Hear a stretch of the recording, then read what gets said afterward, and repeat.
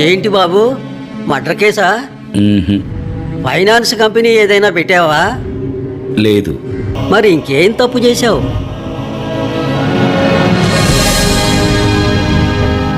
దేశానికి మంచి చేశాను. అయితే లోపల వేయాల్సిందే. ఈ వీడియో ఈ వ్యక్తికి సరిగ్గా సెట్ అవుతుంది ఫ్రెండ్స్. ఈయన పేరు ఖాన్ సార్. బీహార్ పాట్నాలో కొన్ని వేల మంది విద్యార్థులకు చాలా అంటే చాలా తక్కువ ఫీజు తీసుకొని కోచింగ్ సెంటర్ నడుపుతూ ఉంటాడు. అంతేకాకుండా పాట్నాలో పేదవాళ్ళ కోసం ఏకంగా ఒక సూపర్ స్పెషాలిటీ హాస్పిటలే కట్టించాడు.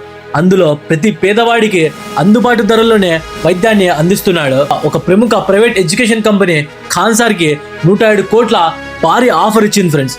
అయితే డబ్బుల కంటే విద్యార్థుల భవిష్యత్ ముఖ్యమని మధ్యతరగతి మరియు పేద విద్యార్థుల కోసం ఖాన్ సార్ ఆ 107 కోట్ల భారీ ఆఫర్ని తిరస్కరించారు.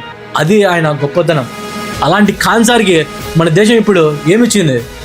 పోలీస్ స్టేషన్లో కేసులు, అరెస్టులు. ఏకంగా 20 మంది పాట్నాలోని ఖాన్ సార్ కోచింగ్ సెంటర్ని ధ్వంసం చేయడానికి వచ్చారు.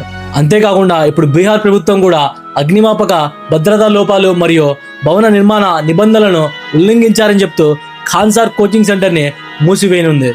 ఇది మన దేశంలో ఉన్న పరిస్థితి.